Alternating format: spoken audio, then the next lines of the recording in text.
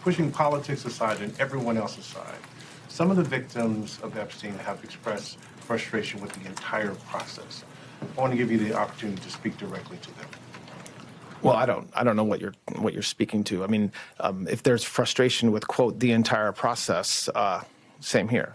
I mean, you have a situation where for many, many years, nobody even breathed a word about Jeffrey Epstein, and then all of a sudden it was all anybody would talk about going into the last spring and summer, culminating in the passage of the Transparency Act. And President Trump has said for years what I think everybody will find to be exactly true, which is detailing his relationship and lack thereof with Mr. Epstein, and what he thought about Mr. Epstein, and notwithstanding what the department has been saying for a very long time, we're still where we are today.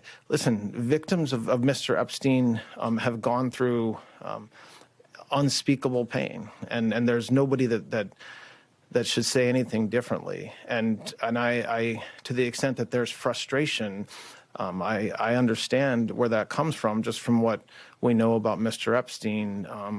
I hope that the work that the men and women within this department have done over the past 2 months hopefully is able to bring closure. I think that what we told our reviewers is that was the goal. You know, there's this mantra out there that, oh, you know, the Department of Justice is supposed to protect Donald J. Trump, and that's what we were telling. That's not true. That was never the case. We are always concerned about the victims. When we said that we were not legally allowed to release documents, that's a fact. That was true. It remains true today. And then with the Act's passage, we are able now and directed to release documents, which is what we are doing. But so hopefully some of those frustrations are now eased. Listen, any victim that wants to speak with the department has done so. Hopefully, if not, they should. The prosecutors from this case in New York have given hundreds, if not thousands, of hours to working with victims, and that's what we do every day, and that's what we did in this case as well. So, very quickly, can you assure the American public that President Trump, like every other prominent person whose name came up in relation to the Epstein files, that all documents, photos, and anything relevant to him connected to the case are being released?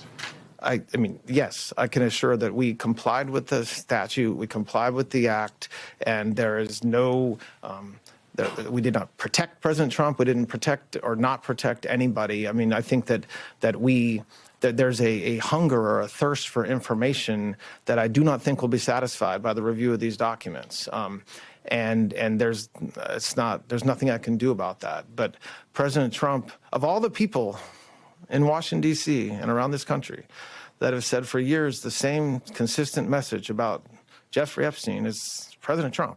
And so there's not been a change of course or anything, and certainly his direction to the American people and the Department of his direction to the Department of Justice was to be as transparent, release the files, be as transparent as we can, and that's exactly what we did.